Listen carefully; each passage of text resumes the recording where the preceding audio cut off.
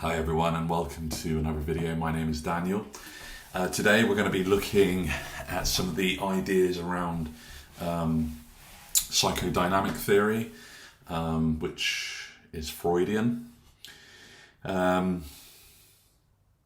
I've been studying the works of Freud for about a year, and in this video it's not going to be looking at everything as a general kind of systematic overview.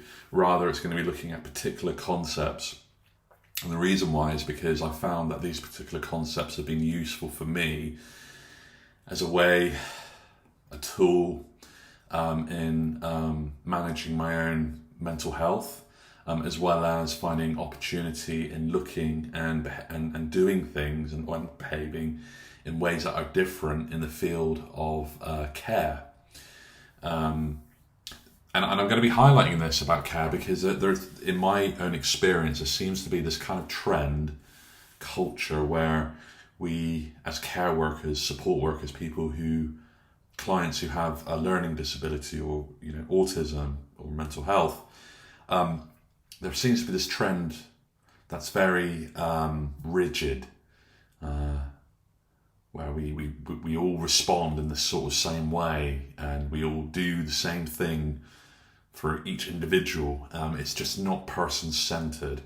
And I'm going to be giving some examples of some of Freud's ideas in practice with a particular client that I worked with once, and I found that to be very useful, therapeutically effective. So the main concept that I want to really kind of talk about and share is I call it the Freuds Iceberg. And for anyone who's watching this video, I'm sure you're very familiar on the Freuds Iceberg. And so basically the idea is that you have this picture of this iceberg. You've got the conscious, which is the sort of like above sea level. You then have the pre-conscious, which is then starting to go underneath the sea. And then you have the unconscious, which is way below. And so the iceberg is the makeup, is the personality. And so the section of the iceberg that's above the sea level is the ego. Where the up part of the iceberg is above the sea level still, but it reaches down all the way into the unconscious. That's the superego. And then where it's just completely underneath the sea level and it's just completely in the unconscious region, that's called the id. So let's start with these three concepts of the personality, and then we'll try to put that into a very practical, how I've used it to enrich my life as a tool in dealing with my mental health, as well as using it as an example of what has been a useful means for supporting a client that generally has failed their placement, has gone right through the system, but has now found stability where they are now presently, and it's been the most consistent place for a long time now, and me believing that's one of the reasons why. So the ego. Let's start with the superego. So the superego, which covers the conscious all the way to the unconscious, is basically your conscience. Conscience. If you've ever watched Pinocchio, it's that little Jiminy Cricket. And in a perfect world, it would be Jiminy Cricket, who's a friendly kind of little guy, and he's all cute and lovely. And in many ways, he seems to be quite powerless, but yeah. For many of us, the superego, well, let me just give a standard definition first. The superego is basically your sort of moral compass in many ways. It's the thing that's, is making you think, well, hey, you need to actually, stick to your duty. You need to be a good, morally upstanding citizen. All those sort of things. Where it can go wrong is where you say you make a mistake and you can't let it go, and you keep reliving that mistake, and you keep thinking to yourself, you're such a bad person, such a bad person. That's the superego whipping you. The superego could be like a parental voice, like a mother or father, that a strict, an extremely punitive and strict, authoritative figure. It's that voice that it just will not. So like I've had it in my life where you just can't go to sleep because you're just dwelling on that mistake you made and all the possible consequences and all the sort of scenarios where you deserve to be punished. It can be a terrible master, and it can really do you some harm. But at the same time, it can protect you as well, and it can be a very good guide to actually getting it right. Because when you do get it right, the superego gives you that release, that peace. So often when I've worked in the care work, for example, I like to say, and I think it's based on it's based on how I suppose chained I am still with the superego, where I say to my colleagues, well, if I feel like I've done everything that I can, everything in my power to do whatever I need to do for this client, then at least I can go home at night with a clear conscience. And that's someone who I believe is very much ruled by the superego. So it can be a powerful ally, but it can also be a terrible tyrant. Very, very. Sorry, just making me think now. Anyway, so then the id is it resides in the personality, in the unconscious. It's completely disconnected from reality. It has no social norms. Or rules. It has no regard for anyone else. It's basically the baby. It's the person who is always saying, I want this, I want that, and I will stand on your head and I will stab you in the back in order to get it. It has no regard for social rules. And I remember once, never knew if it was a colleague or if it was a student, but someone, I had suspicions it was my colleague, but someone at lunchtime when I was working in the school took my lunchbox and ate all of my lunch. And I imagine it's because they were very hungry, because it was in the staff room, so it was unlikely it was a student. And it was labelled, it had my name, but there we are.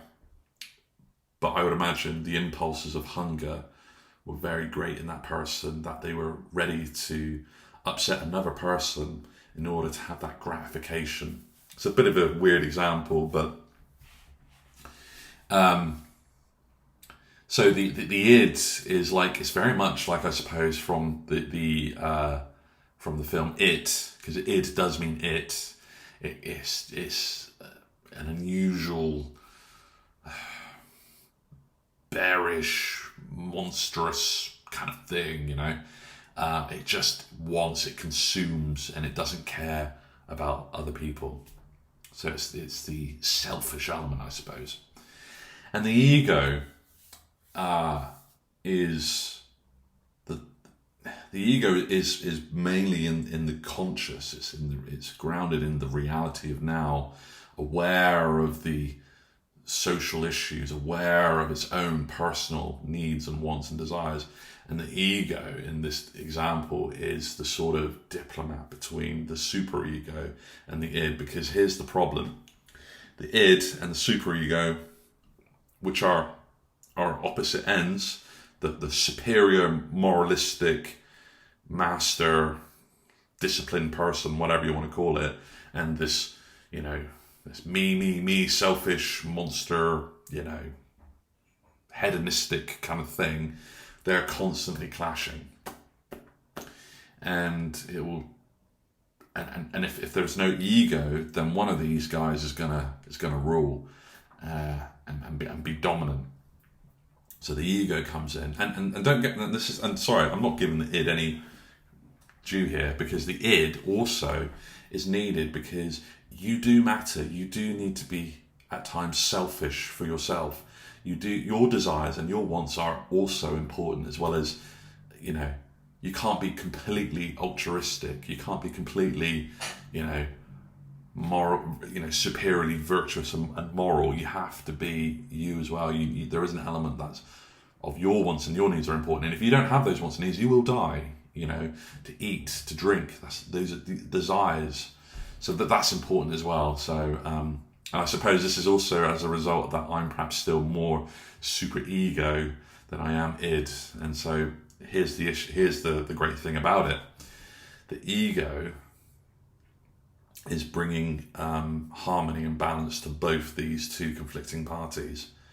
And so there's this kind of element of well, I really want that person's lunch. I'm going to just take it. The superego says, look, if you do that, you're going to get into so much trouble, you're going to lose your friendship. So the ego says, look, why don't you just wait for an extra 20 minutes and go over to the shops and get something to eat. Then you can maintain your friendship with that person and you'll be, for the moment, satisfied physically. So the ego is the mediator. And what happens is that when one of these poles is stronger than the other, what's happened is that the ego is weakened. And so in psychodynamic theory, from what I understand of it, is that you have to strengthen the ego in order to bring and maintain this harmony between the superego and the id. So how then can we use this model, if I've explained it correctly? How can we use this model to how can we use it practically for ourselves and for other people? So from my experience of assimilating this information and trying to find some kind of practicality to it, because I do understand it fairly well intellectually, but I want some, gutty wisdom life experience to this.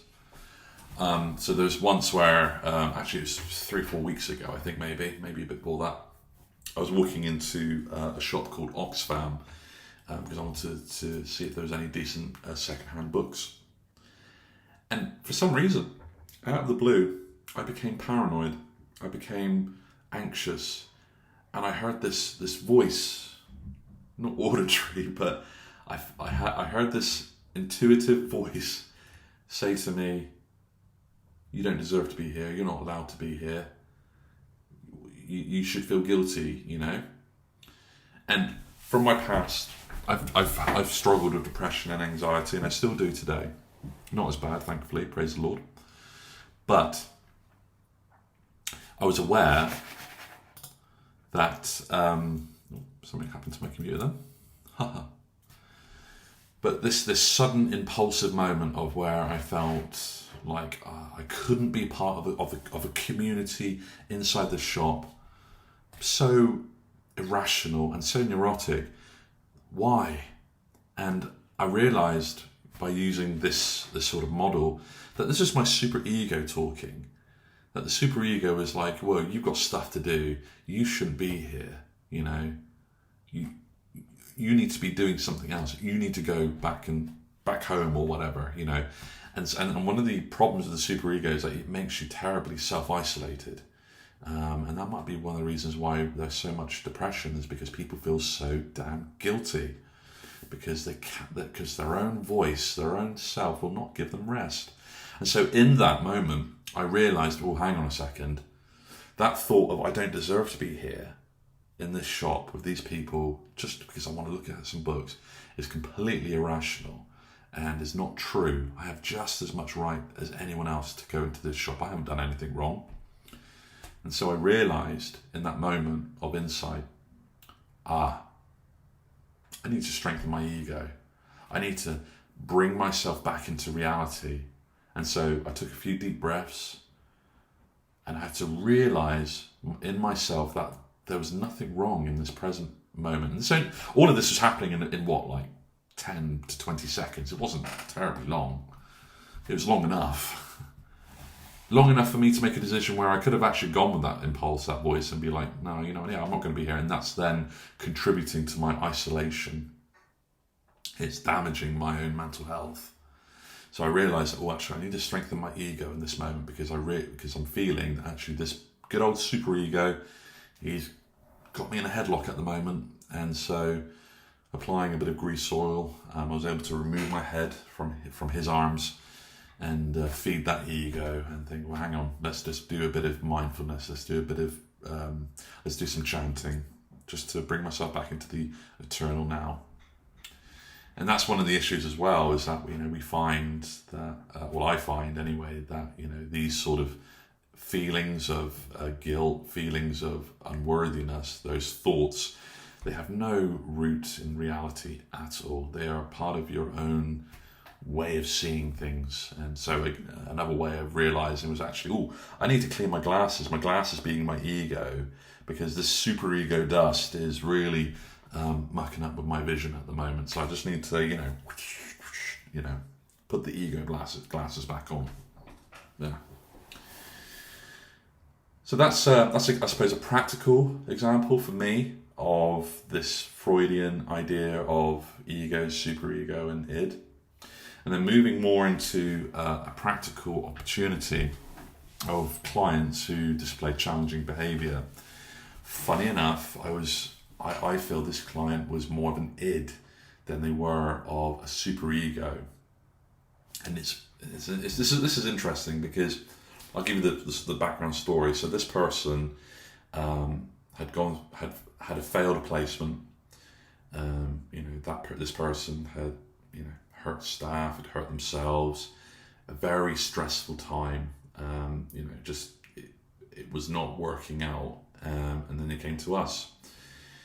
And after I learned this theory of Freud, because I became this person's key worker, I'm thinking to myself, how on earth am I going to support this person? How am I going to make this work for this person? What new things could we do, and new ways of looking at things? Because clearly, all the generic bullshit stuff that happens in the care world to make transition placements work was not working for this person. And so with this Freudian iceberg model in mind, I was looking at this person and I could see, and this person's got a severe learning disability, so their mental age is probably around about 4 years old, and they're an adult. They have autism, and I dare say some form of mental health that remains undiagnosed, but certainly something maybe like ADHD. Debatable if that's mental health or not, I'm not sure. No, I don't think it is. But anyway, the point is, this person was a very unique person, and we needed to do some unique person-centered things. And so observing this person, all the challenging behaviour that this person was showing was all related to hunger and thirst and boredom. These three things are all related to pleasure and gratification. And it felt, in my sense, in my mind at the time, that this person had more of an id, that regardless of who you are, and regardless of where I am, this person had their own placement, their own flat. I'm going to hurt you, and I'm going to hurt this place, and I'll even hurt myself to get what I want. And reading up on Freud, that spoke to me of being more of an id. That pleasure me, I'm at the centre. Because this person, like I say, has got a severe learning disability. This person has autism. Those two things combined makes it very difficult to understand. From what I know of autism and severe learning disabilities, it makes it very difficult for someone to understand social rules. Social rules. And it also makes it very difficult for this person to be able, if they even are able, to empathize with another being that, oh, if I do this, this may hurt them, and that will make them feel sad, and that will make me feel sad, you know? They don't have that maturity. They don't have that capacity. So I started seeing things more of this person as an id, that in the example, so the id was the biggest part of the personality. The ego was there somewhere, but a much smaller part. But the superego, very, very, very small. And one of the things about someone who has a big id is that they can be potentially quite savage. You might as well, if someone was completely id, they would be someone who was born in a jungle, raised by wolves and tigers and hyenas. They just would be an absolute menace. So looking through that sort of lens, that this person was more id than they were of a balanced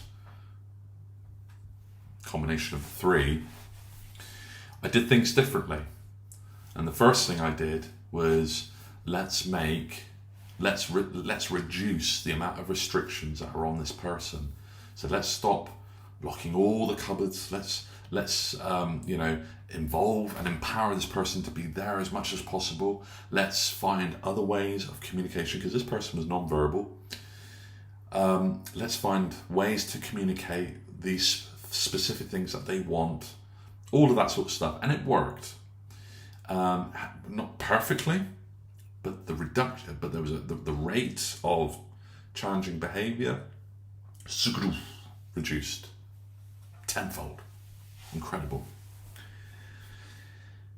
And so it's understanding then, and this is where it goes back to person-centered practice, because what I was doing in that moment, yes, experimental, but it was trying to gauge with a person that, from what I had seen with other colleagues, they just washed their hands of this person. And I remember the days where we had agency workers coming in to support this person, and they knew this person from another placement, and they were like, "No way, we don't want to do this." Horrible, This is one of the most vulnerable people in society. So that's the example. That's basically, I hope I've explained it as much as I can, the practicalities of the ego, id, and superego. So the superego is your parental, authoritative, autocratic dictator, very moralistic, could be a strong ally, give you so much peace, but at the same time it could be that horrible whipping torturer if you muck it up. And that's my experience of it anyway. The id, it's very animalistic, very selfish and self-centered, but is needed because your desires and your wants are important. Them two are always conflicting, and so what we need is the ego, which is going to bring harmony and balance to both. And when one is dominating the other of those two poles, then it's an indication that the ego needs to be strengthened. And going back to my client, this is the other aspect of it as well. We worked in a model that actually was more that this person was more id, and by being able to empower this person to communicate the wants and desires of this person, we were able to then build a relationship with this person. And when we were able to build a therapeutic, person-centered, Rogerian type relationship with this person, we found that the ego started to get bigger and bigger and bigger, because then there was a degree of empathy arising. And what was interesting was that the people who didn't do this style that I was trying to adopt, and was still very authoritarian and very punitive, what was interesting was that the people who followed my model and then the people who were doing whatever type of bullshit model it was, when they were both sat in the room, and I remember this where it happened to me. I was sat in the room with this person, and the other person who was a bit of a punitive person sat in the room. It was interesting, but the client, when that person wanted something, they would attack the other person, but then they would take my hand and take me to where they wanted to go and show me what they wanted. So it's very, very interesting. And I don't know if there's any research that's been done around this on Freud's model, specifically Freud's model of the personality and people with learning disability and autism. It'd be great if there is. So yeah, so that's the three things, and that's some practicalities, and hopefully that's been useful, and I will see you in the next video. Namaste.